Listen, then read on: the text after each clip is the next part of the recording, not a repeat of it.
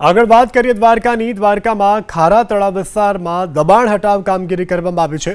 ચુસ્ત પોલીસ બંદોબસ્તની સાથે પ્રશાસન દ્વારા કામગીરી કરવામાં આવી છે। દબાણમાં આવતું મકાન અને એક ધાર્મિક સ્થળ કે જેને હટાવવામાં આવ્યું છે। તો દ્વારકાના ખારા તળાવ વિસ્તારમાંથી દબાણો હટાવવાની કામગીરી કરવામાં આવી છે। ચુસ્ત પોલીસ બંદોબસ્તને સાથે રાખવામાં આવ્યો જેથી કરી અને કોઈ પણ પ્રકારનો અનિચ્છનીય બનાવ ન બને।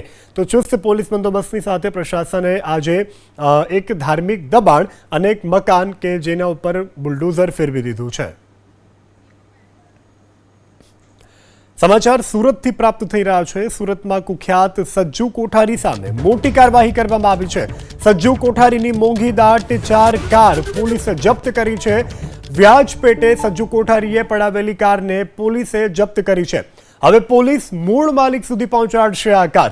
સજ્જુ કોઠારી ઉપર અપહરણ, ખંડણી, મારામારીનો ગુનો નોંધાયેલો છે।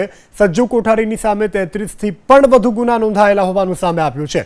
ગુજસી ટોકનો પણ આરોપી છે આ સજ્જુ કોઠારી। તો તેણે જે લોકોની મોંઘીદાટ કાર પચાવી પાડી હતી તે જે તે માલિકને સુપરત કરાશે।